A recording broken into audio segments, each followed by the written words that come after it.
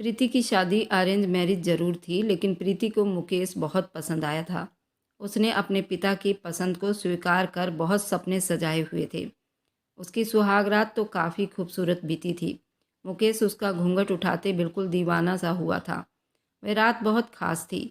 मुकेश सारी दुनिया की मोहब्बत प्रीति के झोली में डाल देना चाहता था। मुकेश की मोहब्बत से प्रीति खुद भी बेकाबू हुई थी। प्रीति को मुकेश की बेहतरीन पर्सनैलिटी बहुत पसंद आई थी। सबसे ज़्यादा तो उसका प्यार करने का तरीका प्रीति की जान लेने के लिए काफ़ी था। प्रीति को वो फूलों की तरह महसूस कर रहा था। प्रीति के नथ को उतारते मुकेश उसके होठों का रस पी रहा था, जो प्रीति को बहुत बेकाबू कर रहा था। प्रीति खुद ही बहकती जा रही थी। प्रीति के होठों से फिर गर्दन पर आया था और धीरे धीरे उसके पूरे जिस्म के रस को और जिस्म की महक को अपने अंदर उतार लेना चाहता था, जिससे वो बिल्कुल पागल हुई थी। प्रीति ने उस खास रात को अपने महबूब मुकेश के नाम लिख चुकी थी। सुबह आंखों में नींद बेशुमार थी। रात की थकन उसे पूरा निढाल कर चुका था, लेकिन प्रीति को नहीं मालूम था सुबह उसके साथ क्या होने वाला है। आज उसका रिसेप्शन था। वो बहुत खुश थी। शीशे के सामने खड़ी होकर अपने आप को निहार रही थी जब मुकेश कमरे में दाखिल हुआ। रिसेप्शन के कामों की वजह से काफ़ी बिजी था और थक गया था। वैसे तुम भला की खूबसूरत हो। कोई पागल ही ऐसा होगा जो तुम्हारी खूबसूरती पर फिदा नहीं होगा। सोनू भी इसलिए तो मर मिटा था। प्रीति को अपने पीछे मुकेश का साया नजर आया था। उसके शब्द सुनकर उसके चूड़ियां उतारती हुई हाथ रुके थे। मुकेश उसे देखते 2 कदम ड्रेसिंग टेबल की तरफ बढ़ा और टिश्यू पकड़कर उसके दाएं तरफ खड़ा हो गया। प्रीति उसकी बात सुनकर दिल को धड़कता हुआ महसूस कर रही थी, पर फिर भी इग्नोर करके अपने काम में मगन थी। खूबसूरती भी तब तक दिल को भाती है जब तक उस पर कोई दाग न हो। वह उसे टिश्यू से उसका गाल साफ करते हुए बोला। टिश्यू पेपर बेस को अलग कर रही थी। ब्यूटिशियन ने इतनी खूबसूरती से जो उसका दाग छुपाया था उसे मुकेश बेदर्दी से साफ करके दिखा चुका था। नासमझी से मुकेश को देखे जा रही थी। वह देखो शीशे में, अब तुम्हें अपनी असलियत मालूम हो रही होगी। मुकेश उसके चेहरे को हाथ में दबोच कर उसका मुंह सामने आईने की तरफ करते हुए बोला। प्रीति ने सामने देखा तो उसका दाग नजर आ रहा था। उसकी आंखें नम हो गई। उसमें मेरी क्या गलती है? ये तो बचपन का निशान है। वह नज़रें नीचे करते हुए बोली। मेरे सामने जुबान चलाने की ज़रूरत नहीं। वह गुस्से से उसकी बाजू पकड़ते हुए बोला। रतन सिंह की बेटी हो, तुम्हारी जुबान तो तेज होगी ही ना। वह उसे बालों से पकड़कर अपनी तरफ मोड़ते हुए बोला। आह, मुझे दर्द हो रहा है, छोड़ दीजिए मुझे। वह रोते हुए बोली। आइंदा मेरे सामने यूं ऊंची आवाज़ में बात मत करना। तुम्हारा आशिक नहीं हूँ जो सब कुछ सुन लूँगा। औकात में रहोगी तो अच्छा होगा। वह उसे एक झटके में छोड़ते हुए बोला। प्रीति अपना बैलेंस को ठीक ना रख पाई और जमीन पर गिर गई। मुकेश उसके हाथ पर पांव रखकर आगे बढ़ा और कमरे से बाहर निकल गया। आह माँ, वह अपने हाथों को मसलते हुए बोली। वही मुकेश का व्यवहार एकदम बदल जाने पर वह शक में थी। अभी कल ही तो उससे मोहब्बत का दावा कर रहा था और अब ये सब क्यों हो गया था? उलझे हुए दिमाग के साथ काफ़ी देर वहीं बैठी रही। कुछ देर बाद खुद को संभाल कर वह चेंज करने वॉशरूम में घुस गई थी। रतन सिंह उस वक्त बहुत गुस्से में था। इतना बड़ा सच उनसे छुपाया जाएगा। कहाँ है सोनू? सामने ले आओ उसे। मेरी इज्जत को नीलाम करके चला है। कल ही मेरी बेटी की शादी हुई है और ये आशिक बना फिर रहा है। क्या चाहता है? सोनू भाई साहब, प्लीज़ गुस्सा कंट्रोल कर लो, मैं उसे समझा दूंगा। रंजीत ने अपने दोस्त को ठंडा करने की कोशिश की। मुंह बंद करो अपना। वह होता कौन है मेरी बेटी पर इल्ज़ाम लगाने वाला? उसकी औकात क्या है? मैं उसका खून पी जाऊंगा। रतन सिंह उस वक्त बहुत गुस्से में थे। प्रीति उनकी सबसे छोटी बेटी थी, जिसकी शादी उन्होंने अपने पड़ोसी गांव के रतन सिंह अपने पिता के जिगरी दोस्त के पोते मुकेश से तय की थी।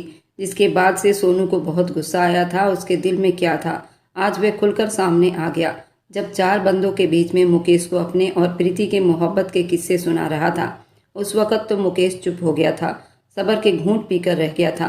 लेकिन रतन सिंह जानते थे वह सख्त गुस्से में आ गया था। उसके चेहरे पर बहुत ही ज्यादा गुस्सा दिखाई दे रहा था। आंखें उसकी लाल हो रही थी। वह उस वक्त अपनी बेटी के लिए सख्त घबरा गए थे। उनका जी चाहा सोनू को सब लोगों के सामने इतना पीटे कि वह दोबारा कभी उनकी बेटी का नाम न ले। लेकिन वही बात थी, वह उस वक्त सिर्फ वहां मौजूद 4 बंदों के बीच में था। अगर वे कोई और रिएक्शन दिखाते तो जिसको नहीं पता था उसे भी ये बात पता चल जानी थी और उनकी बेटी की बदनामी हो जाती। लेकिन अब घर आने के बाद वे अपना गुस्सा किसी तरह भी कंट्रोल नहीं कर पा रहे थे। अभी तक सोनू घर नहीं आया था और अपने बेटे के करतूत सुनते हुए रंजीत का सर अपने दोस्त के सामने झुकता चला गया था। वह दिल ही दिल में भगवान का धन्यवाद भी कर रहे थे कि सोनू घर पर नहीं आया, वरना कोई शक नहीं था रतन सिंह सोनू को गोली ही मार देते। थोड़ा हिम्मत करो, भगवान पर भरोसा रखो। मुकेश बहुत अच्छा है और शरीफ लड़का है, वह जरूर सोनू की किसी बात का विश्वास नहीं करेगा। उन्होंने मेरी बेटी को अपने दिल जान से अपनाया है तो उसका मान भी तो रखेंगे।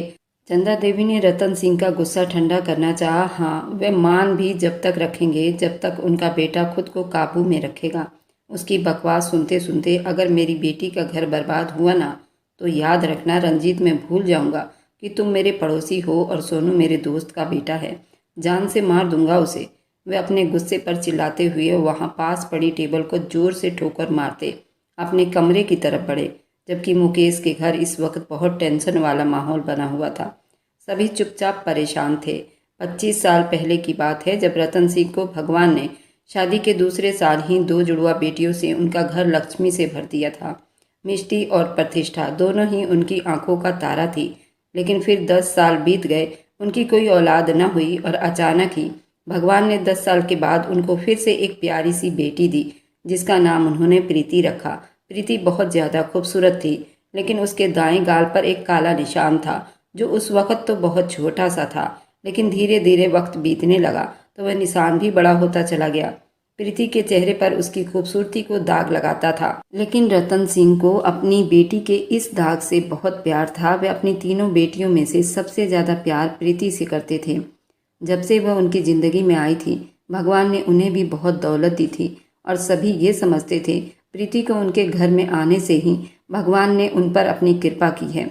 वह बहुत ही किस्मत वाली थी और उसके किस्मत के दरवाजे उसी ने खोले थे। वह प्रीति की हर इच्छा को पूरी करते थे। जितनी वह खुद नरम नाजुक लड़की थी, उसका दिल भगवान ने उससे भी ज़्यादा खूबसूरत बनाया था और वे चाहते थे ये जिसकी भी ज़िंदगी में जाए उसकी ज़िंदगी को खुशियों से भर दे। सोनू उनके पड़ोसी उनके दोस्त का बेटा था जो उनकी दोनों बेटियों से 3 साल छोटा था। मिष्टी की शादी उसके ननिहाल के पड़ोसी गांव में हुई थी और वे जब प्रतिष्ठा की शादी की बात चली तो सोनू का नाम लिया गया था, पर सोनू ने साफ मना कर दिया। वे अपने से 3 साल बड़ी लड़की से शादी नहीं कर सकता। और यूं घर के लोगों के दिलों में दरार पड़ी थी और बाद में ये मजबूत होती चली गई थी। प्रतिष्ठा की शादी भी उन्होंने अपने शहर के दोस्त के लड़के से कर दी थी और रतन सिंह अपनी बेटी प्रीति के लिए अपने पिता के दोस्त के पोते मुकेश पसंद आया था। वह जिस तबीयत का मालिक था, रतन सिंह को भरोसा था वह उनकी बेटी के चेहरे पर दाग होने का कभी भी ताना नहीं देगा, और उनका विश्वास भी सच साबित हुआ था। पर रतन सिंह ने अपने पड़ोसी दोस्त के बेटे सोनू को प्रीति का रिश्ता देने से मना कर दिया था। वह उसका घर बर्बाद करने और अपने अंदर का गुस्सा उतारने आज रिसेप्शन के दिन पहुंचकर मुकेश के कान भरने लगा था। वह जानता था उसने आज बहुत बड़ा कारनामा सर अंजाम दिया है और बहुत जल्दी अब बात प्रीति के डिवोर्स तक पहुंच जाएगी। तब तक उसके अंकल के पास वही एक ऑप्शन बचेगा और प्रीति को वह अपना बना लेगा। उस वक्त वह समंदर के किनारे अपनी गाड़ी खड़ी करके गाड़ी के साथ टेक लगाए खड़ा सिगरेट पर सिगरेट फूंक रहा था। कल ही तो प्रीति की विदाई हुई थी। कितना रोकना चाहा उसने, पिता के आगे हाथ तक जोड़े थे, माँ बाप की विनती की, लेकिन उसके साथ क्या हुआ था। उसके अपने माँ बाप ने उसके साथ साजिश की। माँ ने उसे चाय में नींद की गोलियां दे दी, गहरी नींद सुला दिया और पिता ने कमरे का दरवाज़ा बाहर से लॉक कर दिया था ताकि वो प्रीति की शादी में कोई अड़ंगा ना डाले। पर क्या हुआ, कल वह बच गई। आज उसने अचानक रिसेप्शन पर जाकर अपना काम पूरा सर अंजाम दिया, लेकिन फिर भी वह खुश नहीं था क्योंकि प्रीति उसके हाथों से निकल गई थी। बहुत जल्द प्रीति तुम मेरे पास रहोगी, ये वादा है मेरा तुमसे। प्रीति काफ़ी देर मुकेश का इंतजार करती रही। आखिर उसे हुआ क्या था जो आज उससे इतना गंदा बिहेव कर रहा था। उड़ती उड़ती उस तक भी कुछ बातें पहुंच चुकी थी। सोनू ने मुकेश को प्रीति के बारे में कुछ गलत बातें कह दी थी, पर अब तक उसे अपनों से उसकी कोई मुलाकात नहीं हुई थी कि वह पूछ लेती कि क्या बात हुई है। अब मुकेश का व्यवहार उससे तकलीफ और दर्द दे रहा था। उसकी आंखों से अभी भी धीरे धीरे आंसू बह रहे थे। कल जितने प्यार से उसने उसे समेटा था, आज उतने ही बुरे तरीके से उसे धुतकार गया था। अपना जख्मी हाथ देखती वह बहुत दर्द में तड़प रही थी। एक पल लगा था मर्द को जालिम बनने में। खूबसूरती भी तब दिल को भाती है जब तक उस पर कोई दाग न हो। वो देखो शीशे में, अब तुम्हें अपनी असलियत मालूम हो रही होगी। वो बेकाबू अपने गाल को छू गई। और फिर से आईने के सामने जाकर खड़ी हुई। अपने दाएं गाल पर काला निशान देखते हुए उसकी आंखों से मोटे मोटे आंसू निकलने लगे। ये निशान उसको भगवान ने दी थी, तो लोग उसके निशान को लेकर उस पर ताना क्यों करते थे? क्या वह इसकी वजह से बुरी थी? भगवान ने उसे बुरा बनाया था? वह बहुत ज़्यादा खूबसूरत थी, एक खूबसूरत दिल दिया था, लेकिन इस सब के बावजूद उसके चेहरे पर यह दाग उसे बहुत दुख देता था। और आज मुकेश की कही हुई बातों ने उसका दिल सबसे ज़्यादा दुखाया था। पलट कर देखा तो एकदम दिल में एक हुक सी उठी थी। कल ही तो वह उस पर कितनी मोहब्बतें निछावर कर गया था। उस आदमी ने कितनी तारीफ़ें भी की थी और मोहब्बत का इजहार भी किया था, जो उसे पहली नज़र में प्यारी हो गई थी। कल रात के बीते पल उसके आंखों के पर्दों पर घूमने लगे। मुकेश ने कमरे में आते ही अपनी सेज सजाए बैठी उस खूबसूरत लड़की को पहली बार देखा। उसे अपने माँ बाप की पसंद अच्छी लगी थी। ये टोटली अरेंज मैरिज शादी थी, क्योंकि वह एक प्रैक्टिकल बंदा था। उसकी नज़र में प्यार, मोहब्बत, इश्क शादी के बाद अपनी पत्नी के साथ ही अच्छा था और उसने अपने सारे जज्बातों को अपनी पत्नी के लिए ही संभाल कर रखे थे। भगवान ने उसे उसकी पत्नी चुनकर दी थी। हे भगवान, बहुत खूबसूरत हैं आप। मुकेश उसका हाथ थामे मोहब्बत से बोला तो प्रीति ने एक नज़र उस खूबसूरत और लंबे चौड़े मर्द को देखा और शर्म से पलकें झुका ली।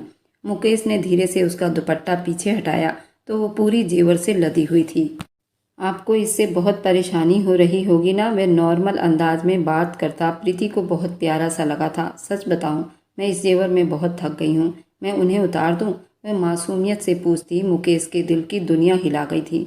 मुकेश सर हाँ में हिलाते उसके पास से उठकर अलमारी से अपना ड्रेस निकालने लगा और नहाने के लिए बाथरूम चला गया। बात सुनिए, ये खुल नहीं रहा, मेरी हेल्प कर दो। उसके बुलाने पर वह उसके पास आता, उसके गले के हार को खोलता। उसके खूबसूरत गर्दन के साथ डिप गले ब्लाउज में से उसकी गोरी फूली हुई छाती के उभार को देखकर वह उसके गर्दन को चूम गया था। प्रीति का दिल धक से रह गया था। वह अब जा चुका था, लेकिन प्रीति सांस रोके चुप बैठी थी। पहली बार किसी आदमी का प्यार उसने खुद पर महसूस किया था, वह भी उसका पति था। अपने जज्बात काबू करती अपना लहंगा संभालते धीरे से उठी और ड्रेसिंग टेबल के सामने खड़ी अपना बाकी जेवर भी उतारने लगी। मुकेश अब नहाकर वापस लौटा था। प्रीति ड्रेसिंग रूम में थी। मुकेश कमरे के सारे लाइट ऑफ करता, एक डिम लाइट जलती रहने दी और बेड पर जाता, बेड से टेक लगाकर बैठते मोबाइल पर कुछ देखने लगा। प्रीति रूम में आई तो एक पल को बिल्कुल ठिठक कर रह गई।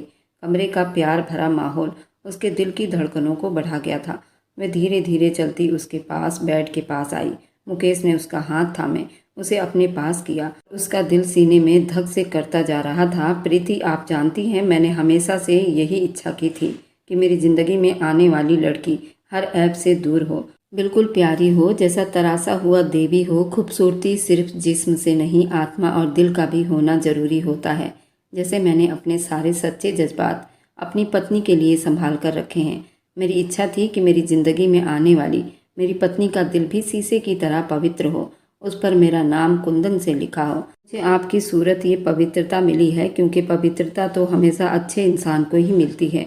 वह उसको अपनी सांसों के करीब करता, अपने बाहों में भर लिया, धीरे से उसके माथे पर होंठ रखता, उसे अपने और भी करीब कर लिया, उसका प्यार महसूस करती। वह धीरे से बोली, मेरी मुंह दिखाई। मुकेश ने कहा, आपकी मुंह दिखाई दिराज में है। वह उसके लिए डायमंड का सेट लाया था। इस वक्त आप डायमंड के सेट पहनकर क्या करोगी? परेशान हो जाओगी। वह दराज में है, सुबह मुझसे ले लेना। और उसे अपने सीने से लगाया था। अब उसकी खूबसूरती में खोने लगा था। प्रीति के दिल की धड़कनें 100 की स्पीड में दौड़ रही थी। हाथ पैर कांपने लगे थे, जबकि मुकेश अब अपने जज्बात के बहकाव में बहकता जा रहा था। धीरे से उसका सर तकिए पर रखता उसके होंठों पर झुकने लगा। वह एक पल ठहर गया, उसे पूछने लगा, आपको डर तो नहीं लग रहा? क्या मैं छू लूँ आपको? वह इतने प्यारे अंदाज में उससे पूछ रहा था कि प्रीति उस पर दिल जान से फिदा हो गई थी। वह मुंह से तो कुछ न बोली, अपने पलके झपकाते हुए उसे राजी कर गई। उसे अपने आप को सौंप दिया। उसके हाथों की उंगलियों में अपनी उंगलियों को फंसाते वह उसके होंठों को अपने होठों की पकड़ में ले गया। उसकी सांसों पर अपना मोहर लगा ली। वह एकदम एक झटका खाती मुकेश के सीने में मुंह छुपा गई। मुकेश की पकड़ अब उस पर धीरे धीरे तेज होती जा रही थी। प्रीति को अपनी सांसें घुलती हुई महसूस हुई थी। अगले ही पल वह जरा सा पीछे हटा। यार, मुझे डर लग रहा है। प्रीति अपनी गहरी सांसों में उसे हैरानी से देखने लगी। वह आदमी होकर डर रहा था। यार प्रीति, मुझे खुद से डर लग रहा है, कहीं मैं जज्बात की आड़ में आपको हर्ट ना कर दूं। आपको भी डर लगता है? वह उसके बातों का मतलब ना समझ पाया। आप तो मर्द हैं ना, तो आप क्यों डर रहे हैं? डरना तो औरत को चाहिए ना। वह उसे अपनी बाहों में भरती बोली। मैं आपके लिए ही तो डर रहा हूँ प्रीति। वह उसकी नाक के साथ नाक रगड़कर प्यार से उसके होठों पर अपना मोहर छोड़ गया था। वह फिर से कहने लगा, आप इतना क्यों डर रही हैं? आपका इतना डरना मुझे भी डरा रहा है। वह पीछे हटने लगा। प्रीति ने उसको अपनी कलाई से थाम ली। मुकेश ने उसकी तरफ देखा तो बिना कुछ कहे वह सब कुछ कह गई। मुकेश ने फिर लाइट ऑफ कर दी। अब की बार पीछे ना हटने के इरादे से वह उस पर झुकता चला गया। वह उसकी गर्दन पर अपना होंठ और मोहर छोड़ता उसके रग रग में समाया था। दोनों की सांस गहरी हुई थी, धड़कनों का ताल मेल मिला था। वह अपनी मोहब्बत से उसे बेहाल कर चुका था, उसे अपना बनाता चला गया था। वह तपती सिमटती हुई उसके सीने में मुंह छुपा गई, नरम नरम सांसों को महसूस करती। प्रीति के चेहरे पर मुस्कान बिखरती चली गई। धीरे धीरे रात बीतती जा रही थी। वे दोनों एक दूसरे से पूरे सुकून पा रहे थे, को पूरा सुख दे चुके थे। खटके की आवाज पर प्रीति एकदम होश में आई थी। उसे लगा शायद मुकेश आया है, पर कोई भी तो नहीं था। घड़ी पर नजर ठहरी तो घड़ी रात के 2 बजा रही थी। वह दिल मजबूत करके उठी। कमरे का दरवाजा खोलते उसने जरा सा बाहर झांकना चाहा, लेकिन कॉरिडोर में पूरी चुप्पी छाई हुई थी। उसका दिल 120 की रफ्तार से धड़क रहा था।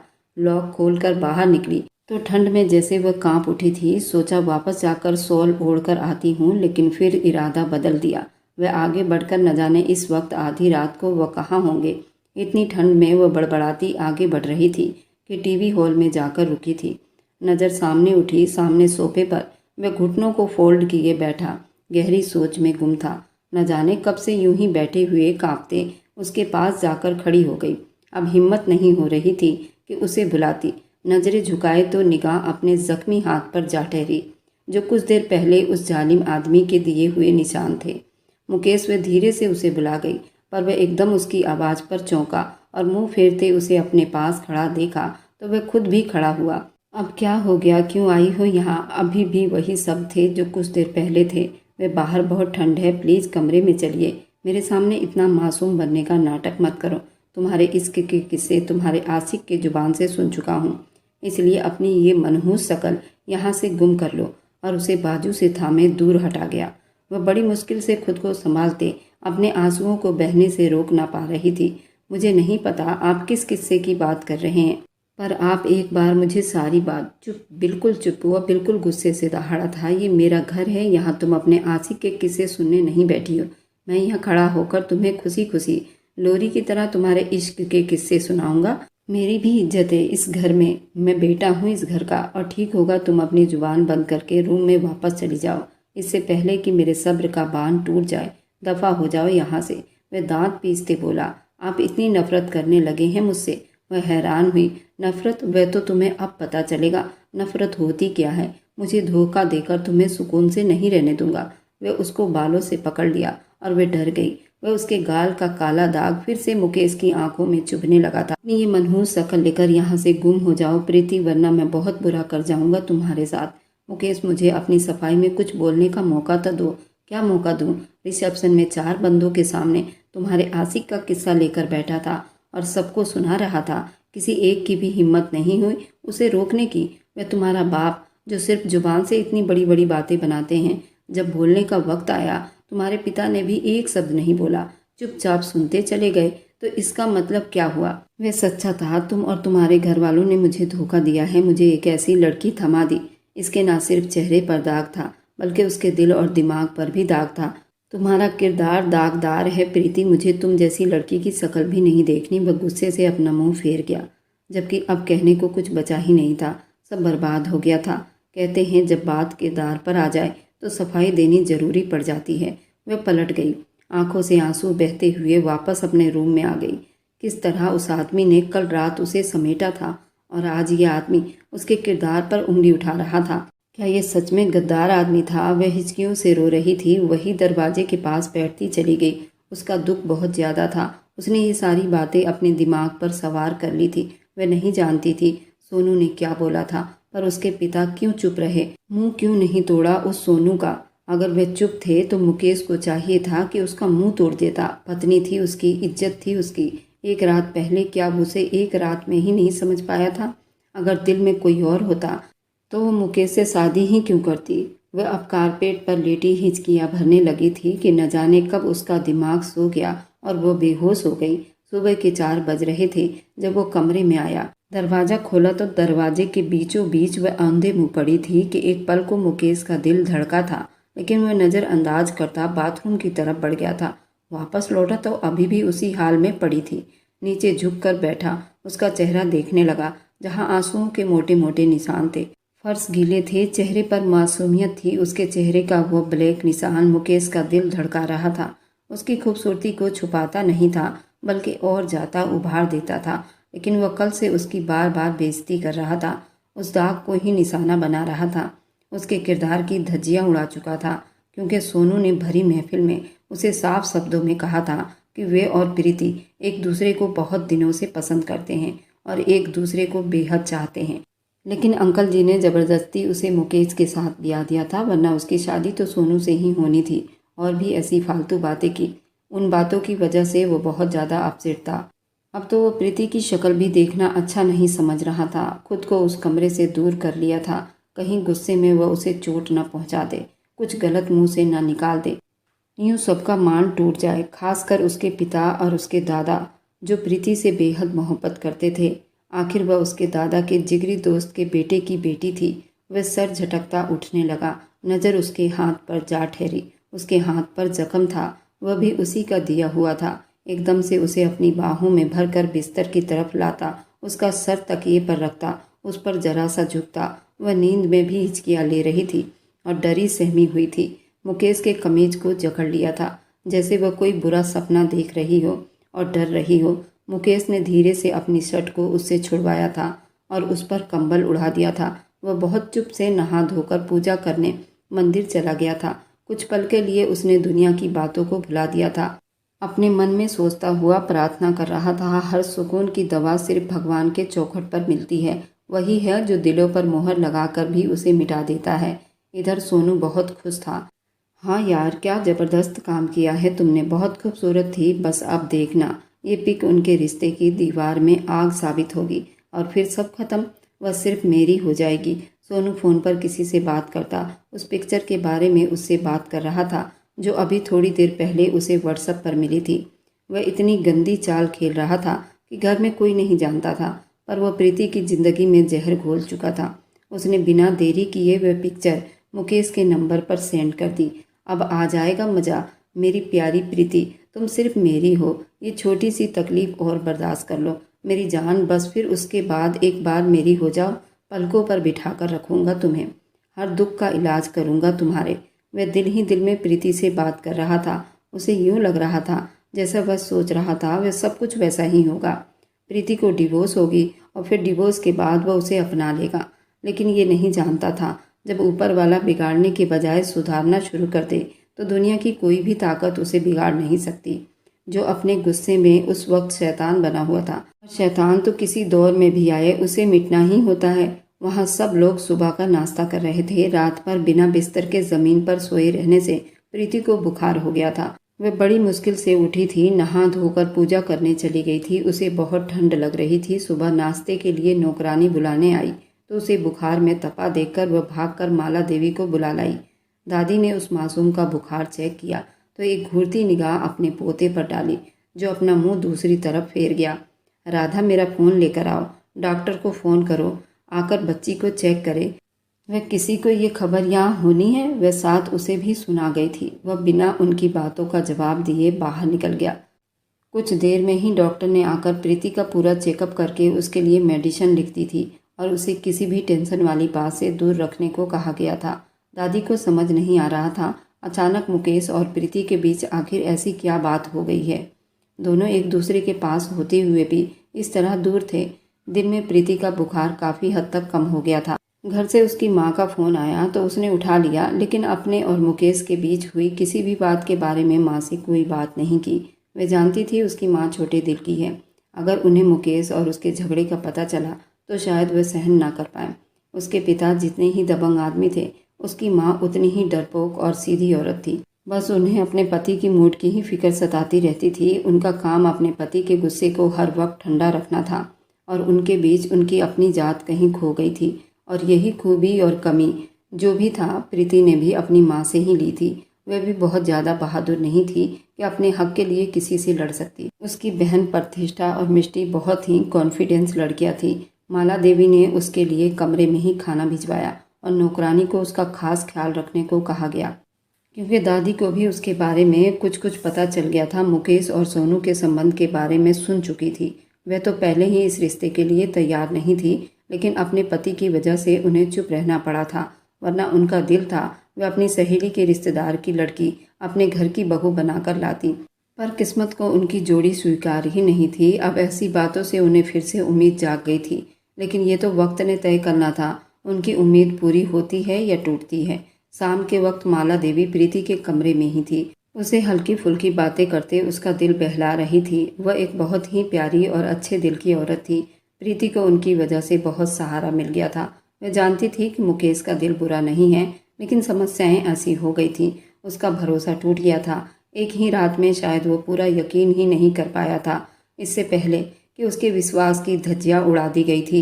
माला देवी उसे बहुत समझा रही थी, वह थोड़ा सब्र रखो, भगवान सब कुछ ठीक कर देगा और उसे भी सब्र का फल जरूर मिलेगा, क्योंकि सच को जितना मर्जी झूठ के दबाव में डाल दिया जाए, सच कभी छुपता ही नहीं, वह दिख ही जाता है। बस वह थोड़ा खुद को उस परीक्षा के लिए तैयार रखे। प्रीति को यही हौसला उस वक्त चाहिए था।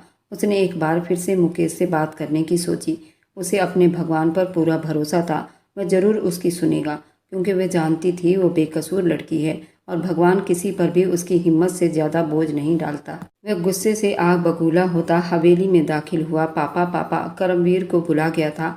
आपने क्यों किया ये सब मेरे साथ? वह अपने अंदर का दर्द छुपाए नहीं छुपा रहा था।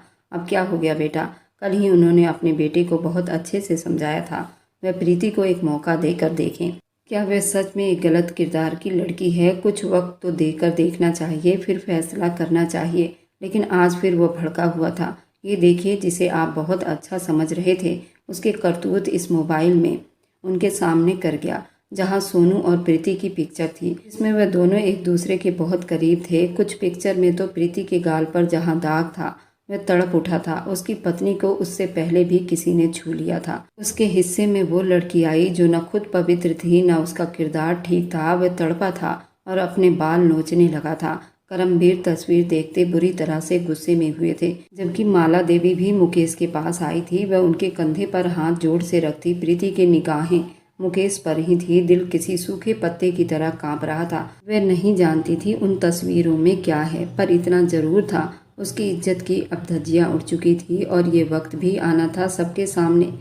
प्रीति को अपनी इज्जत की गवाही देनी पड़ती। बताइए, क्यों किया आपने मेरे साथ एक ऐसी लड़की को क्यों जोड़ा जिसका दिल पहले ही किसी और का हो चुका है? उसकी ज़िंदगी में कोई और आदमी था।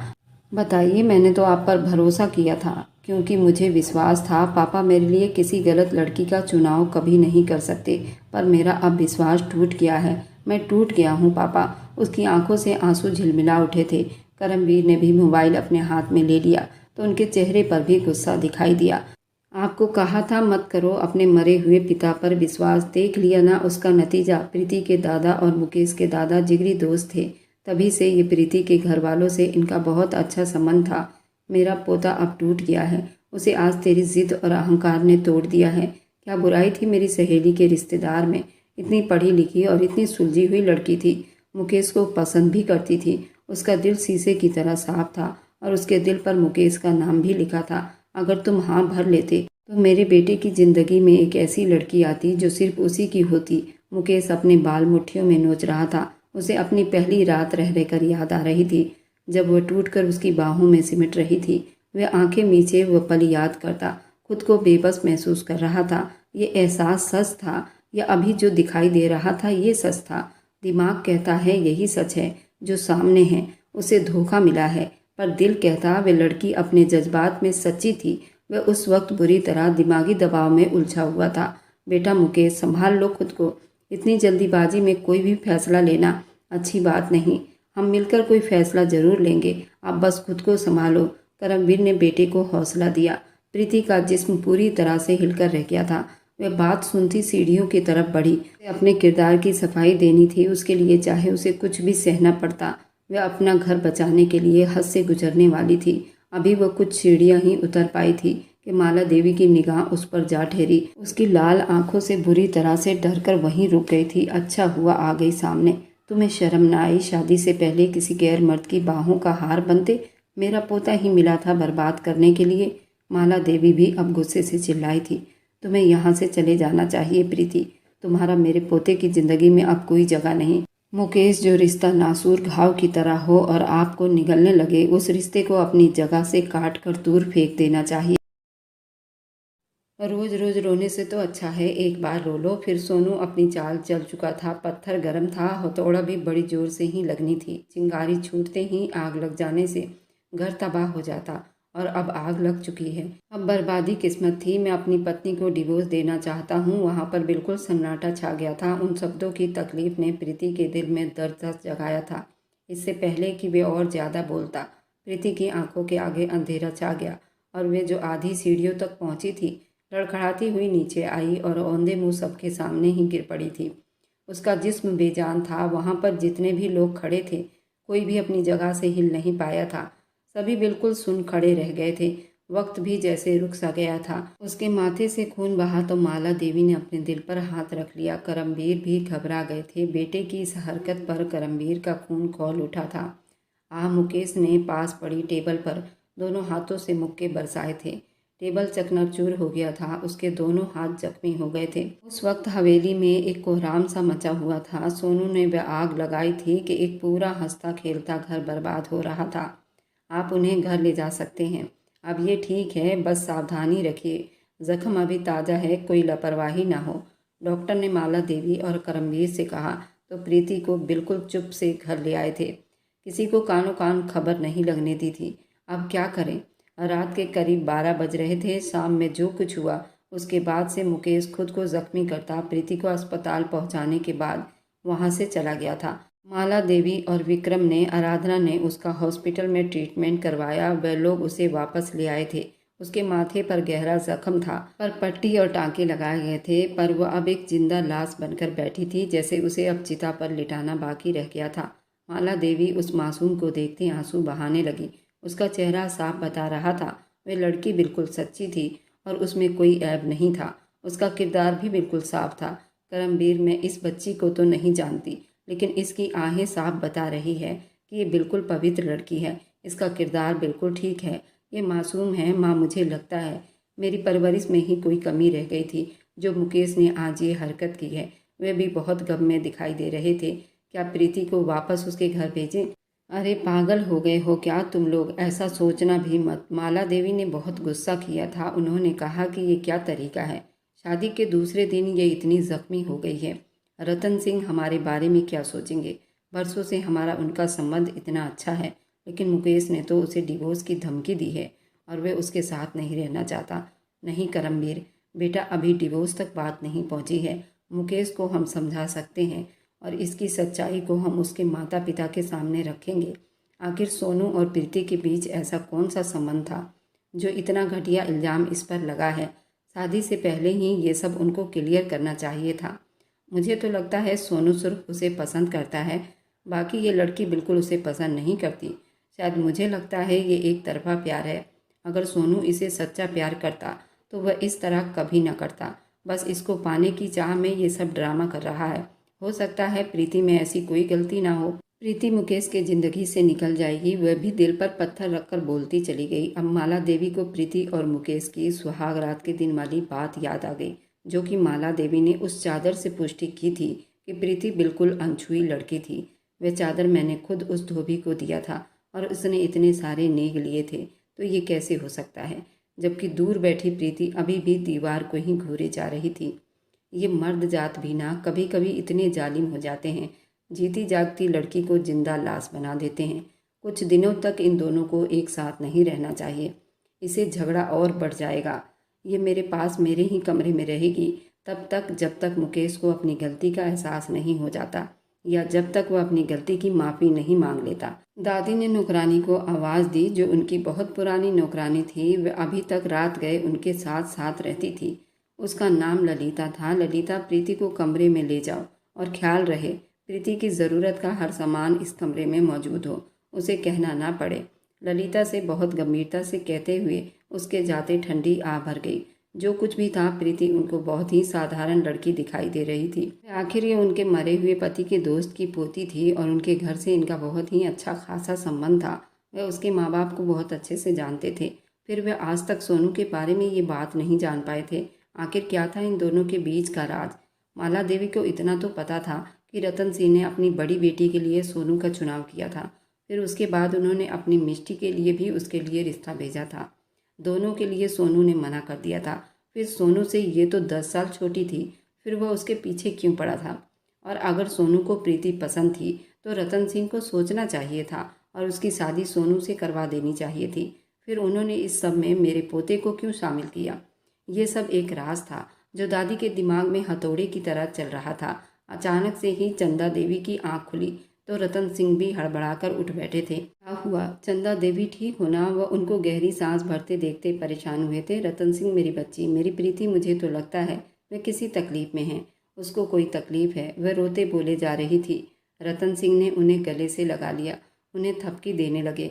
अपनी बेटी के लिए वे खुद भी बहुत परेशान थे, लेकिन किसी से बात नहीं कर सकते थे। पर अब पत्नी की हालत अपने जैसी देखकर और ज़्यादा परेशान हो रहे थे। आप फ़ोन करके पता करो ना, प्रीति ठीक है ना? वह उनसे बहुत ही विनती भरे शब्दों में बोल रही थी। अभी बहुत रात हो गई है, सुबह होती है तो मैं फ़ोन कर लेता हूँ। खुद भी बात करूँगा और तुमसे भी करवाऊँगा। बस अब रोना बंद कर दो और चलो शाबाश, सो जाओ। भगवान से प्रार्थना करो। वह उसे तसल्लियाँ दे रहे थे। मन ही मन भगवान से प्रार्थना भी कर रहे थे।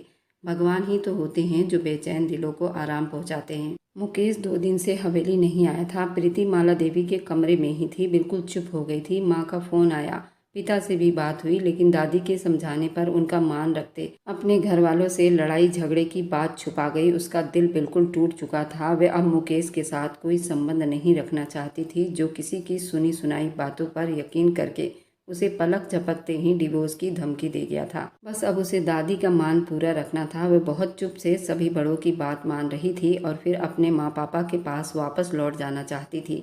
वह जानती थी अब इस रिश्ते का यही अंजाम होना लिखा है, लेकिन दादी उसे कुछ भी गलत सोचने नहीं दे रही थी। उसे भगवान से लौ लगाने के बारे में सीख दे रही थी। वह उसे खूब हिम्मत दे रही थी। वह उनके लिए अनजान थी, लेकिन उनका मान रख गई थी। अपने घर वालों से सारी बात छुपा गई थी। दूसरी तरफ उनका पोता था जो उनका मान तोड़ गया था। 1 महीना पलक झपकते ही बीत गया था। मुकेश 1 महीने तक न जाने कहाँ गायब था। दादी ने पता करवाया तो पता चला वह फार्म हाउस में रह रहा है। शायद आज वह 1 महीने के बाद घर वापस लौटा था। बहुत ही उजड़ी हालत में था। माला देवी तो पोते को देखते ही रह गई थी। दाढ़ी इतनी बड़ी हुई थी, बाल बिखरे हुए थे, माथे पर अजीब सी लकीरें थीं। अपना कोट हाथ में उठाया हुआ था। टाई की नोट भी ढीली थी। हाथों पर भी जख्मों के निशान थे, जैसे वो उन पर कोई मरहम नहीं लगा रहा था। वह अभी भी उलझा उलझा और बिखरा बिखरा घूम रहा था। वह जैसे ही घर में आया, माला देवी उसे देखकर हैरान रह गई। पोते की यह हालत देखकर उनका दिल जोरों से धड़कने लगा, लेकिन अगले ही पल वह नज़रअंदाज कर गई। मेरे बच्चे मुकेश, ये क्या हाल बना लिया है तुमने? माला देवी की आंखें पोते को इस हाल में देखकर रो पड़ी थी। वह चुप रही और सिसक रही थी। वह लड़खड़ाते कदमों से अपने कमरे की तरफ बढ़ गया, जो बिल्कुल वैसा ही था, बिल्कुल सुनसान कमरा। उसे एकदम काट खाने को दौड़ने लगा था। हिम्मत करता वह बिस्तर पर जा बैठा, जिसकी चादर में एक भी सिलवट तक न थी। मुकेश, प्लीज रुक जाओ। गहरी सांस भरती वो मासूम सी लड़की उसे देखने लगी। मुकेश, मुझे बहुत डर लग रहा है और मुझे बहुत तकलीफ हो रही है। होठों को बेबसी से छूते धीरे से कहा, आप जुनूनी हो रहे हो। मुझे आपके जुनून से डर लग रहा है। वह उसको धीरे से कहती पलकें झुका गई। मुकेश के होठों को धीमी सी मुस्कान ने छुआ। मुझे भी अपने जुनून से डर लग रहा है। प्रीति, आप बहुत नाजुक हैं। आपकी नाजुकी महसूस करते मैं खुद को किस्मत वाला महसूस कर रहा हूँ। वह फिर से उस पर अपनी मोहब्बतें निछावर करता, मीठी बातों को उसके कान में बोलता, उसे अपने मजबूत बाहों में ले गया था। जब वो यादों के पर्दों से निकलकर बाहर आया, वह जा चुकी थी। हाँ, उसने उससे अपना रिश्ता ख़त्म कर दिया था। वह क्यों रहती यहाँ? उसको तो मज़ा आया होगा, अपने आशिक के साथ चली गई होगी। वो बाहें फैलाए बेड पर टांगे बेड से नीचे लटकाए लेट गया। वह नहीं गई, मैंने खुद उसे अपनी ज़िंदगी से निकाला है, तो मैं क्यों उसे याद कर रहा हूँ? वह आंखें मीच गया। तुम्हारे चेहरे का दाग, तुम्हारे किरदार का दाग। वह फिर से उठ बैठा, परेशानी से चिल्लाया था। उसके दिमाग में दर्द की लहर उठ रही थी। वो अपने बाल नोचने लगा, जैसे उसके दिमाग की नस फट जाने वाली थी। काश कहीं ऐसा भी होता कि दो दिल होते सीने में, एक टूट भी जाता इश्क में तो तकलीफ ना होती जीने में। वह सारी रात उसकी जाग कर कटी थी। सुबह होते ही मुकेश ऑफिस के लिए निकला था। इतने दिनों से वो ऑफिस में नहीं गया था। फार्म हाउस में बंद रहता था। काफ़ी समस्याएं हो गई थी। ऑफिस में उसे अब जाना था। लोग शादी करके खुश रहते हैं और उसने खुद को बर्बाद कर लिया था। वह सर झटकता नीचे जाने लगा। उसे प्रीति की एक झलक दिखाई दी थी। मुकेश ने उसे अपना बहम समझा, क्योंकि उसके सुनने में आया था कि वह अपने माँ बाप के घर चली गई है। जो कुछ उसने किया उसके बाद प्रीति का यहाँ रहना बनता ही नहीं था। लेकिन उसके वे गुमान में भी नहीं था कि प्रीति इसी हवेली में होगी। वह सर झटकता आगे बढ़ता। उसने फिर से प्रीति को देखा। वह प्रीति ही थी। दादी के कमरे की तरफ कदम बढ़ाते हुए वह आधा खुला दरवाजा पूरा खोल गया। वह अपने चेहरे के पास दुपट्टा लिए, चेहरा उसका गीला था, माथे पर तिलक था। वह दादी के कमरे में मंदिर में खड़े पूजा कर रही थी। उसके चेहरे पर बहुत ही पवित्रता झलक रही थी कि मुकेश एकदम खुद उसको देखते चला गया। वह जो दादी के कमरे में मंदिर में बैठे पूजा करने में मगन थी, एक बार खुद पर नजरों की ताप महसूस करती, पीछे पलटी। मुकेश को खड़ा देखकर वह सांस लेना ही भूल गई। वह सितमगर आज इतने दिनों के बाद नजर आया था। मुकेश की निगाहें उसके चेहरे से होती उसके माथे पर जा ठहरी, जहां अभी भी छोटा सा निशान बाकी था। प्रीति की निगाह मुकेश के चेहरे से होते उसके जख्मी हाथों पर जा ठहरी। प्रीति की आंखों से चुप से आंसू बह निकले। वह उस आदमी से अब कोई रिश्ता नहीं रखना चाहती थी, दर्द का भी नहीं। अपनी आंखों में आए आंसुओं को छुपाती दर्द से मुंह फेर गई। तुम्हें तो अपने घर में होना चाहिए था, यहाँ क्या कर रही हो? उससे सवाल पूछने का हक नहीं रखते मुकेश। अचानक से उसने अपने पास से माला देवी की कड़कदार आवाज़ सुनते वह पलटकर उन्हें देखने लगा। ये मेरे हुक्म पर यहाँ मेरे पास रह रही है? आखिर क्यों दादी? जब रिश्ता ख़त्म हो गया है यहाँ रहने का कोई फ़ायदा नहीं। मुकेश, तुम्हें नहीं पता, रिश्ते ऐसे ख़त्म नहीं होते। अग्नि को साक्षी मानकर 7 फेरे लिए हैं और 7 फेरे में 7 वचन लिए हैं। तुम्हारा रिश्ता इतनी आसानी से ख़त्म नहीं होगा। ये रिश्ता जन्मों जन्मों का है। लेकिन अब मैं और ज़्यादा तुम्हें बुरा बनने नहीं दे सकती। प्रीति को कोई भी इस घर से नहीं निकाल सकता। तुमने अग्नि के साथ 7 फेरे लिए हैं। ये कोई खेल नहीं, ये कोई गुड्डे गुड़िया का खेल नहीं। तुम्हारा जब जी चाहे अपनी पत्नी को छोड़ दो, धमकी दे दो। तुमने तो अपनी ज़िंदगी से इसे निकाल दिया, अब इसके पीछे क्यों पड़े हो? ये मेरे कमरे में मेरे साथ रह रही है और मेरे कहने पर यहाँ रहती है और मैं इसके ज़रूरत का ख्याल रखती हूँ। वह दादी की बातों पर शर्मिंदा हुआ था। प्रीति मेरी बच्ची, अपनी पूजा पाठ चालू रखो, मैं इसे अच्छी तरह से समझा दूंगी। मुकेश का हाथ थामे बाहर ले आई। मुकेश, जो कुछ हुआ था उसे होना तो नहीं चाहिए था, लेकिन अब प्रीति किसी भी हाल में यहीं रहेगी। जब उसके जीवन में पहले से सोनू था तो मेरे जीवन में क्यों आई? मुकेश की बात पर उनका जी चाहा वह उसे 2 रखकर कान पर लगा दे। तुम चाहते हो वह चली जाए और तुम इसी तरह दर दर भटकते रहो? मानवी देवी के गुस्से पर वह अपने होंठ जोर से भींच गया। मैंने कह दिया जो कहना था, अब कुछ नहीं बचा। वो गुस्से से बोलती, किसने कहा कुछ नहीं बचा? वह अभी भी तुम्हारी धर्मपत्नी है ना? ना कोई कागज पर तुमने उसको डिवोर्स दिया है। गुस्से में इंसान क्या से क्या बोल जाता है। जरूरी नहीं वह सारी बातें इंसान लेकर जिंदगी भर ढोता रहे। जो तुम्हें समझना है समझो। ये लड़की इसी घर में रहेगी, ये मेरा फैसला है। और हाँ, रही बात उन तस्वीरों की, तो बेटा टेक्नोलॉजी का ज़माना है, कुछ भी कोई भी बना सकता है। 1 मिनट में वह अंदर जाते अपना मोबाइल निकाल लाई। देखो तुम्हारे दादा और मेरी फ़ोटो कुछ दिन पहले ही, जबकि तुम्हारे दादा को मरे हुए कई साल बीत गए। ये तो मुझे मेरी सहेली ने गिफ्ट करके कुछ दिन पहले मुझे सेंड की थी। मैं तो उस वक्त हैरान रह गई। खैर मैं तो बूढ़ी हूँ, इन चीज़ों का इतना मुझे ज्ञान नहीं है, ना ही समझ है जितना तुम जवान लोग आजकल के ज़माने और टेक्नोलॉजी को समझते हो। लेकिन ये बूढ़ी आंखें किसी इंसान को परखने में धोखा नहीं खा सकती। और मैं अच्छे से जानती हूँ, प्रीति का दामन बिल्कुल ही बेदाग है। ये इतनी खूबसूरत है, इसके चाहने वाले हो सकते हैं, इसमें कोई बुराई नहीं है। वह जो भी सोनू ने कहा है या किया है, मुझे तो कुछ दाल में काला ही लगता है। वह अपनी कहती जा चुकी थी, जबकि मुकेश के लिए सोचों का एक पहाड़ छोड़ गई थी। वह उस वक्त अपने ऑफिस में बैठा माला देवी की बातों को सोचते चले जा रहा था। सच में टेक्नोलॉजी से ये सब किया जा सकता है।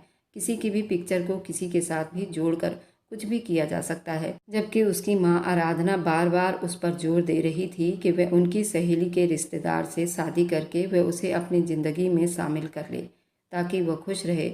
वह उनकी सहेली की रिश्तेदार भी तैयार बैठी थी अपनी बेटी देने को, लेकिन मुकेश ये फैसला किसी हाल में नहीं ले सकता था। वह भी तब जब प्रीति उसके घर में ही थी, उसके नाम पर ही बैठी थी। वह उसे क्यों दुख देता? माना कि वह उससे गुस्सा था, लेकिन इतनी बड़ी सज़ा नहीं दे सकता था। भले रास्ते अलग हो जाते, मंजिल खो जाती, लेकिन फिर भी जो चाहत उसके दिल में प्रीति के लिए जाग चुकी थी, अब वो किसी और के नाम नहीं कर सकता था। सारी ज़िंदगी वो प्रीति की याद के सहारे जी सकता था, लेकिन अपनी ज़िंदगी में किसी को प्रीति की जगह देना उसके लिए बड़ा मुश्किल था। अब दादी की बातों पर गौर करने लगा था और उस फोटो के तय तक पहुंचना चाहता था। क्या ये फोटो असली है या नकली? अपने एक दोस्त से मिलने का बोला जो फोटो बनाने में एक्सपर्ट था, और उसे वही तस्वीर दिखाई, जिन्हें देखने के बाद मनवीर सोच में पड़ गया था। मुझे कुछ हद तक तो शक हो रहा है, बट मैं उन्हें प्रॉपर चेक करना चाहूँगा, और डोंट वरी, सब कुछ बिल्कुल आसानी से और सावधानी से करूँगा। आई नो ये पिक्चर कहीं लीक नहीं होगी। You can trust me. Trust है तभी तो तुझको बुलाया है। कब तक पता चलेगा? हाँ, अगर ये एडिट हुई तो जिसने भी की है बहुत होशियारी से की है। शायद एक दिन लगे होंगे उसको बनाने में। कल इस वक्त तक आपको बता दूंगा। वह उसे परमिशन लेता जा चुका था। उसका दिल बहुत ज़ोरों से चाह रहा था कि ये नकली हो, उसकी प्रीति पर ये इल्ज़ाम हो। उसके बाद क्या होगा? वह अपनी जगह से उठकर विंडो के पास चला आया। उसके बाद वह किसी ने सोचा तक न होगा। इल्ज़ाम लगाने वाले का वो हाल करेगा, उसे न ज़मीन मिलेगी न आसमान। उसे मैं छोड़ूंगा नहीं। वह रात देर हवेली में वापस लौटा। हर जगह बिल्कुल चुप्पी छाई हुई थी। माला देवी का कमरा उसके कमरे से थोड़ी दूरी पर थी। अपने कमरे में जाने से पहले वह कॉरिडोर से गुजरता, उस कमरे के दरवाजे को देखता, एक ठंडी आह भर गया। धीरे से दरवाज़ा खोलते अंदर जाकर देखा तो वह माला देवी के पास ही उनके बिस्तर के बिल्कुल एक तरफ सिमटी सी सो रही थी। वह कुछ सोचते हुए उसे देखते चला गया। उसका दिल गवाही देने लगा, वह बिल्कुल पवित्र है, पर अब तीर कमान से निकल चुका था। वह उसका दिल तोड़ चुका था। और लड़कियों का दिल कितना नाजुक होता है, कांच से भी ज़्यादा नाजुक है। और अब जोड़ते हुए मुकेश को पता चलेगा कितनी मेहनत करनी पड़ती है उसे। तुम मेरी हो, मैं सारी दुनिया से तुम्हारे लिए लड़ सकता हूँ। कल शायद ये पूरी दुनिया ना रहे, कुछ ऐसा हो, तुम ना रहो, कुछ ऐसा हो हम ना रहे। वह उल्टे कदम पीछे होने लगा। ये रास्ते अलग हो जाएं, चलते चलते हम खो जाएं, मैं फिर भी तुमको चाहता रहूँगा, इसी चाहत में मर जाऊँगा। वह दरवाज़ा बंद करते बाहर निकल आया। न जाने क्यों उसे ऐसा लग रहा था जैसे उसकी आत्मा उसके जिस्म से निकल रही हो। वह अपने दिल की जगह मुक्का मारता अपने कमरे की तरफ बढ़ गया। वह सीधा आईने के सामने जाकर खड़ा हुआ। अपने आप आज बहुत छोटा महसूस कर रहा था। यहीं पर वह चूड़ियाँ उतार रही थी जब उसने टिश्यू से उसके चेहरे का दाग साफ करके उसे दर्द दिया था। एकदम पीछे होता भीगी आंखों से जख्मी सा मुस्कुराया। टूटे दिल के टुकड़े लिए तेरे दर पर ही रह जाऊंगा, मैं फिर भी तुमको चाहता रहूंगा। वह अब गुस्से में गरजता रंजीत के घर गया था। बड़ी जोर से चिल्लाया था। सभी बाहर निकल आए। सोनू भी अपने कमरे से निकला था कि मुकेश ने आगे बढ़कर उसके मुंह पर जोरदार घूंसा बरसाया था। सोनू अचानक इस अफरा तफरी हमले पर हैरान होता उसे देखता चला गया था, लेकिन मुकेश रुका नहीं था। वह मारता चला गया। क्या कर रहे हो? इसको जान से मार दूंगा। इसकी हिम्मत कैसे हुई मेरी पत्नी पर गलत इल्ज़ाम लगाने की, जबकि मेरी पत्नी इसे कितनी बार मना कर चुकी है, वह इसे नहीं चाहती। सोनू ये सब करके क्या जताना चाहता था कि वह उससे प्यार करता है? प्यार करने वाले इंसान कभी इस तरह नहीं करते। प्यार का रिश्ता एक पवित्र रिश्ता है। अगर तुम्हें सच में प्यार था तो इसकी इज्जत का जरूर ख्याल कर लेते, ना कि उसके पति के सामने उसकी बेइज्जती करते, ना कि लोगों के सामने उसकी बेइज्जती करते। वह रंजीत के ऊपर ही उसे धक्का दे गया था, जिस पर रतन सिंह आगे बढ़ते हुए मुकेश को काबू करने लगे। क्या हुआ? कुछ हमें भी तो बता दो, आखिर उसने किया क्या है? मुकेश तो गुस्से में लात घूंसे मारता चला गया था। सबको इसकी असलियत बता दी। उसके दोस्त मनवीर ने उसे क्लियर बता दिया कि वह तस्वीर नकली है, और फिर भेजने वाला तो सोनू ही था, तो कैसे छोड़ देता इसे। हकीकत जानकर रंजीत ने मुकेश को पीछे करते खुद सोनू के मुंह पर थप्पड़ जड़ दिया था। रतन सिंह भी आगे बढ़ते उसे उन्होंने भी 2 थप्पड़ मारा। मेरी बेटी की जिंदगी बर्बाद करने वाले, तुझे मैं जान से ही मार दूंगा। वह उसका गला दबाते दहाड़े। रंजीत ने रोते हुए उनके आगे हाथ जोड़ दिए। रुक जाओ मेरे दोस्ती के लिए, अब छोड़ दो इसे। सोनू मुकेश से मार खाता पहले ही अधमरा हो चुका था। रही सही कसर रतन सिंह ने पूरी कर दी थी। वह अपने गुस्से के लपेट में उसे इतना मारते चले गए थे, वह बेहोश होता नीचे गिरा था। रंजीत ने बेटे को संभाला और फिर से अपने दोस्त के आगे हाथ जोड़ दिए। उसे यहाँ से लेकर चले जाओ रंजीत, वरना मैं इसे जान से ही मार दूंगा। दफा हो जाओ, वे चिल्लाए थे। रतन सिंह मुकेश को लेकर अपने घर चले गए। जी चाहता है खुद को भी मार दूं। अब की बार मुकेश ने रतन सिंह के तरफ देखते दर्द से कहा, बहुत तकलीफ दी है मैंने आपकी बेटी को। वो बेगुनाह थी, बेकसूर थी। इस आदमी ने मुझे बरगलाया था और मैं अपनी पत्नी के बजाय इस अनजान आदमी पर भरोसा करता चला गया। मैं नहीं हूँ आपकी बेटी के लायक। आप ले जाएं उसे। उनके आगे हाथ जोड़ गया। रतन सिंह अपने दिल पर हाथ रखते दर्द में रोए थे। मैंने बहुत मान से अपने जिगर के टुकड़े को तुम्हें सौंपा था। ऐसे मत कहो। गलतियां किससे नहीं हो जाती, सबसे होती हैं। और अगर गलती का एहसास हो जाए तो भगवान भी माफ़ करने वालों को बहुत पसंद करता है। अंकल, ये गलती नहीं है, पाप है। एक पवित्र औरत, कोई और नहीं, मेरी ही धर्मपत्नी थी, उस पर मैंने शक किया। मैं बहुत पापी इंसान हूँ। मुझे उसका साथ देना चाहिए था। मैंने अपने स्वर्ग को अपने हाथों से नर्क बना दिया था। अंकल, आपकी बेटी को मैं डिवोर्स की धमकी देने चला था। भगवान के लिए चुप हो जाओ, ऐसा मत कहो। चंदा देवी तड़प सी गई थी। मैं भी मर जाऊंगी, मेरी बेटी पर डिवोर्स का ठप्पा मत लगाना, ये जुल्म मत करना। वह रोनी सी शकल बनाते रतन सिंह का बाजू थामे बोली। मुकेश ने उन्हें सारी बात बता दी। वह नहीं चाहता था कि अब किसी से कोई बात छुपे। उसने जो किया उसे उसकी सजा मिलनी चाहिए थी। रतन सिंह और चंदा देवी पर छोड़ दिया था। अगर प्रीति तुम्हें माफ़ कर देती है तो हमें खुशी होगी, लेकिन अगर वे रतन सिंह, चंदा देवी ने रोते हुए बुलाया, तो वह हाथ उठाकर रोक गए। अगर वह वापस आना चाहे तो मैं उसे जाकर ले आऊँगा। वह दिल पर पत्थर रखे अपना फैसला सुना गए। वह बहुत ढीले कदमों के साथ वहाँ से निकल आया। हवेली पहुँचा तो अंदर जाने की हिम्मत नहीं हो रही थी, पर उसे अंदर जाना था। उसे अपने किए की माफ़ी मांगनी थी। माफ़ी मिलती या ना, उसकी किस्मत। फिर भी वो माफ़ी मांगना चाहता था। वह अपने आप पर काबू न रख पाया और उसने ये सब कर डाला। उसे डिवोर्स की धमकी दे डाला। उसे प्रीति से माफ़ी मांगने के बाद भगवान से भी माफ़ी मांगनी थी।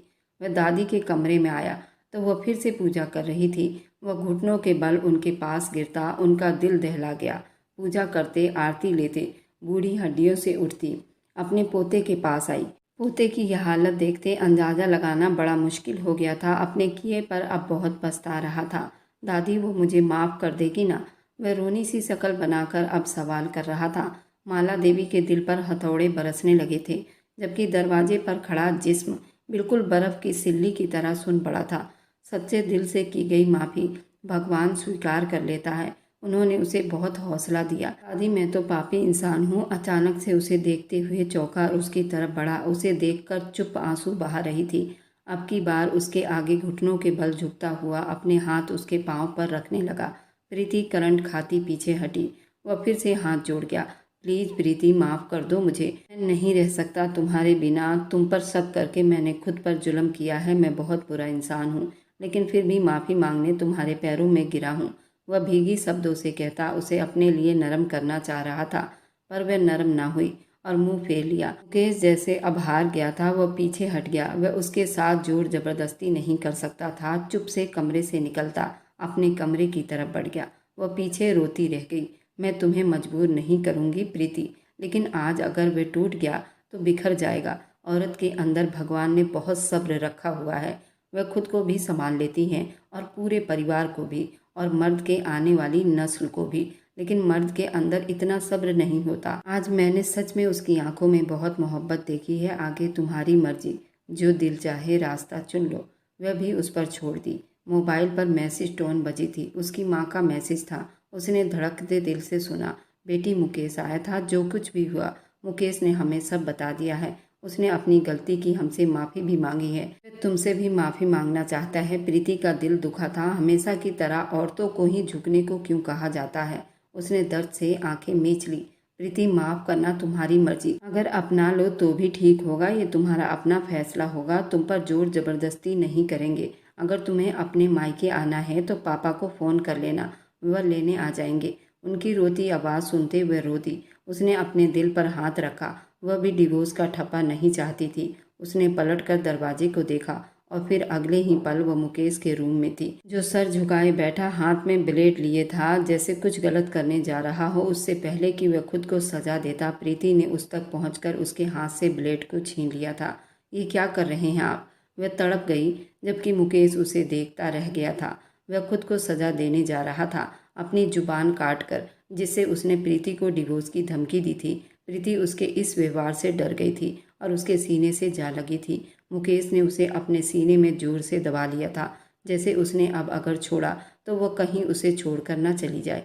मैं जिंदगी भर तुमको चाहता रहूँगा। वह उसके हाथों को चूमते, वह उसके माथे पर प्यार का मोहर लगाते, उसके गाल को सहलाते, उसके दोनों हाथों से उठाकर एक झटके से उसे अपनी बाहों में भरते, उसे देखते चला गया। प्रीति ने उसके गले के आसपास बाहें फैला ली, उसे लिए बिस्तर पर आता, उसका दुपट्टा एक तरफ रखते, उसके होंठों पर झुकता, 1 इंच के फासले पर रुक गया। आज मैं कसम खाता हूँ तुम्हें कभी तकलीफ दर्द नहीं दूंगा। मेरे लिए तुम अनमोल हो प्रीति। मैं माफ़ी के लायक नहीं हूँ, लेकिन अब अपने व्यवहार से साबित कर दिखाऊंगा कि तुम कितनी मेरे लिए अनमोल हो। मुकेश तुम्हें कितना चाहता है। वह गहरी सांस भरते सारे लाइट ऑफ कर गया और उसके होंठों को अपनी पकड़ में लेते प्रीति को सुकून पहुंचा रहा था। प्रीति आंखें बंद कर गई।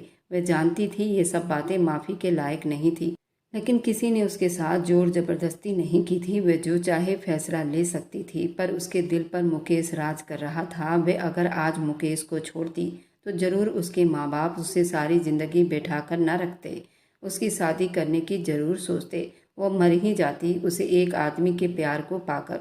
वह किसी और की सेज नहीं सजा सकती थी। अपने दिल के सारे रास्ते खोलकर आज उसने मुकेश को माफ़ कर दिया। अपने आप एक बार फिर उसके प्यार में खो गई। ये थी मुकेश और प्रीति की सच्ची प्रेम कहानी। ये प्रेम कहानी दोनों तरफ थी, लेकिन सोनू की प्रेम कहानी एक हवस के सिवा कुछ नहीं था, क्योंकि प्रीति बहुत खूबसूरत थी और वह उसे 10 साल छोटी थी। प्रीति ने तो कभी उस नज़र से सोनू को नहीं देखा था, लेकिन सोनू को 2 साल पहले ही वह उसकी खूबसूरती पर मर मिटा था और वह चाहता था कि वह उसको हासिल कर ले। जबकि सबको पता था सोनू किसी और लड़की से मोहब्बत करता था और उस लड़की के लिए वो मर मिटने के लिए भी तैयार था। लेकिन अचानक उसकी नज़र अब प्रीति पर पड़ी थी तो वह उसके लिए भी ऐसा ही जज्बा रख रहा था। तो ये प्यार नहीं कहते, और ये प्यार करने वाले इंसान किसी को बदनाम नहीं करते। अगर आज की कहानी आपको अच्छी लगी है तो आगे की और आने वाली सारी दिलचस्प रोमांटिक कहानियों के लिए मेरे चैनल को लाइक और सब्सक्राइब करते जाएं।